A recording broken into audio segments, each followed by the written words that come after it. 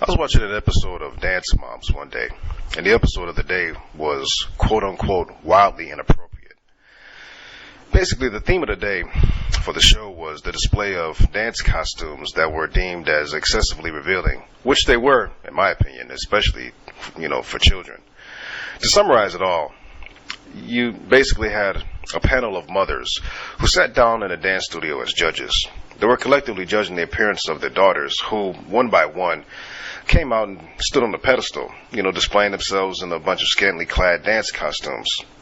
The majority of these costumes did meet the approval of the mothers, and thank God, rightfully so.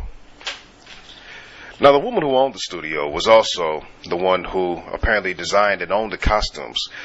She was a big, fat, tall, slightly redhead, slightly brunette chick, a monstrous-looking chick, in fact, very monstrous. And apparently she spent too much time at Burger King and Popeyes and not nearly enough time with LA Weight Loss from Jenny Craig. She had a very rebellious and dominant attitude against the mothers, on account of them rightfully rejecting half the costumes that she displayed their daughters in. She tried to make the mothers look as if they were stupid for simply having a well-placed concern for the proper presentation of their own daughters. She tried to make it seem as if they were being oppressively strict just because they had healthy, responsible standards, that govern what they would find acceptable or not for their daughters to wear. She tried to belittle them, and this is where she really revealed how much of a monster she was. She started bragging to the mothers about how successful she had already been in the past with her costumes, bragging about all the 8,000 or more people, who on any given night that she would have other people's little girls, performing in front of, all being dressed as if they were trying out to be showgirls. I'd like to congratulate those mothers on the show that day. They stood up to a monster who apparently needed to relive her life vicariously through other people's, little daughters in order to compensate for the lack of male attention that she could not get due to an obvious lack of appeal. And furthermore, in this case, obviously for her, getting rich was an added bonus. That episode reminded me of a video I watched one day here on YouTube. It was about, the black woman's ego when relating it to the way they dress. The video took place in a church setting with a flamboyantly feminine minister acting as the host. And when I say flamboyantly feminine, I mean this guy made Elton John look like Michael Savage. Like he was that flamboyantly feminine. Anyway, the show started with a single file procession of all the women preparing to take a stroll down the runway, one by one. Now, the models here, they all represented women from almost every age group, ranging from about 10 years old to about women in their about 50, somewhere around there. The first model to take a stroll down the runway was the youngest in the group. She could have been no more than the age of 10 at the most, or at least in that, that range, 10, somewhere around there, between 8 and 10. Anyway, and yet, they had her walking down with her hand on one hip and a mean, unfriendly look on her face. Apparently, this was the show coordinator's way of making the poor little girl convey a theme of, quote-unquote, elegance, I guess you could say. They basically had her doing this by way of exhibiting, cold shoulder gestures that, to this very day, make adolescent black women look rebellious, young adult black women look unapproachable, and older black women look mean and bitter. Anyway, moments later, they had another young black woman walk down the runway. And this was the point where you almost forget the fact that the event was actually being hosted by a church. And as a side note right now, by the way, we're going to give a shout out to a brother by the name of Ansel, 1961. That's ANCEL 1961, in case I didn't pronounce that correct. But the brother made a very intelligent comment. The brother made a comment that was right on time because his comment reflected exactly what I was thinking. He made a reference to the childhood story called The Emperor's Clothes. It was a perfect comparison because the young black woman that was now coming down the runway was wearing a skin-tight shirt that fitted more like a sports bra, with one of her shoulders being completely uncovered. She had skin-tight jeans on and boots, with a head full of weave and shades. And oh yeah, let's not forget that mean, sassy, and pouting look on her face. Apparently, for some strange reason, the concept of promoting elegance in a black woman these days really has absolutely nothing to do with elegance in a black woman at all.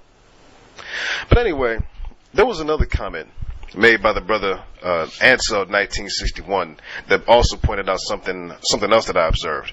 He pointed out the fact that none of the older women in the crowd gave so much as even the slightest protest to the way these girls were being presented. Instead, they just responded with shouts of praise and applause. I wouldn't be surprised if you took half of those older black women in that church crowd that day and made them sit in as judges on that wildly inappropriate episode of Dance Moms. There probably wouldn't even been half as much resistance against those dance costumes at all, not even in the name of decency, and most of all, not even in the name of a healthy, responsible concern for the presentation of their own daughters in that case. And a revelation like this would just go on to prove what I said before in the video that said most African American women today are not fit for motherhood. That video, just like Grandma's Lies and Generational Curse, was actually based on actual events. In fact, that particular video was based on a news report. So anyway, I just wanted to throw that out, for a lot of those people that want to turn around and try to, refute that. It was based on a news report. And, speaking of news reports, how many of you, I got a question, how many of you actually caught wind of the news reports where a sick, pathetic black woman from Mississippi put her own baby in the oven? And what about that woman, that little sick bitch up in Michigan that left her baby in the snow? What about that woman that made national news for throwing her baby in the trash can only after smashing his fingers in the drawer? And then the bitch turned around and even had the nerve to send pictures of it over the phone to the baby's daddy, just to get back at the baby's daddy. Not too long ago on YouTube, I just saw a video here on YouTube where a judge told a black woman, almost to her face, that she was not in any way at all a victim, because she was the one that just stood there and did nothing, even when she knew that her boyfriend had raped her daughters. I'd like to go back and personally thank that judge. His concern for those children was just as genuine as the anger and the pain that he felt on account of what another unfit black mother had allowed to take place upon her own children. I wish I could take that judge and go back in time and have him sit at a table at McDonald's over at Walmart one day when I was shopping. Well, I saw a young brother sitting there one day minding his own business, and some heifer comes up there sitting down right next to him with her kids, and apparently they were his kids as well. She goes off on this brother, complaining to him about the fact that she doesn't like realizing that there's another woman in his life, apparently a woman that treats him better, because she obviously failed at that. But this became in the discussion that I couldn't help overhearing it, and I eventually lost my appetite. But in the discussion, she was trying to put the brother in his place, basically, and embarrass him in front of the kids, which were two boys, in fact. And this just goes to show how, like they say, the man upstairs works in mysterious ways. Within 5 minutes of her discussion trying to put that brother on blast, one of the young little boys just got up there and said, "Hey, mommy, what about that man who was at the house the other day walking around with no shirt on?"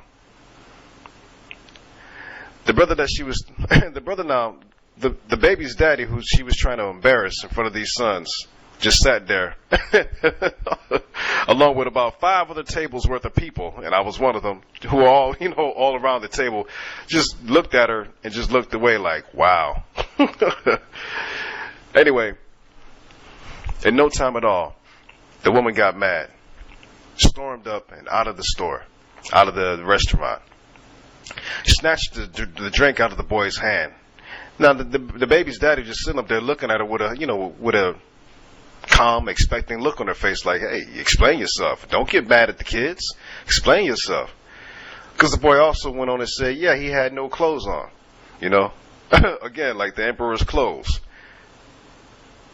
Basically her own arrogance, her own shame had put her on blast, and now she couldn't deal with it. She had been exposed by their own two sons. Her response, she got up and told the man to mind his own business, called the boy, both of her boys, all kinds of stupid MFers, knocked the drink out of their hand, and snatched them out the store. I wish I could see that judge that told that black woman that day that she's not a victim. I wish that judge was there at that Walmart that day. For two reasons. First of all, to beat the baby's daddy's ass for not keeping the kids letting that whore just go on about her business, but also for the fact that she was such a shameful, arrogant whore, such a hypocrite, and apparently abusive to her own children, to her own two boys, who she was now trying to use as leverage against their own father. Just another typical set of episodes and examples that, once again prove my point. Most black American women today are not fit for motherhood.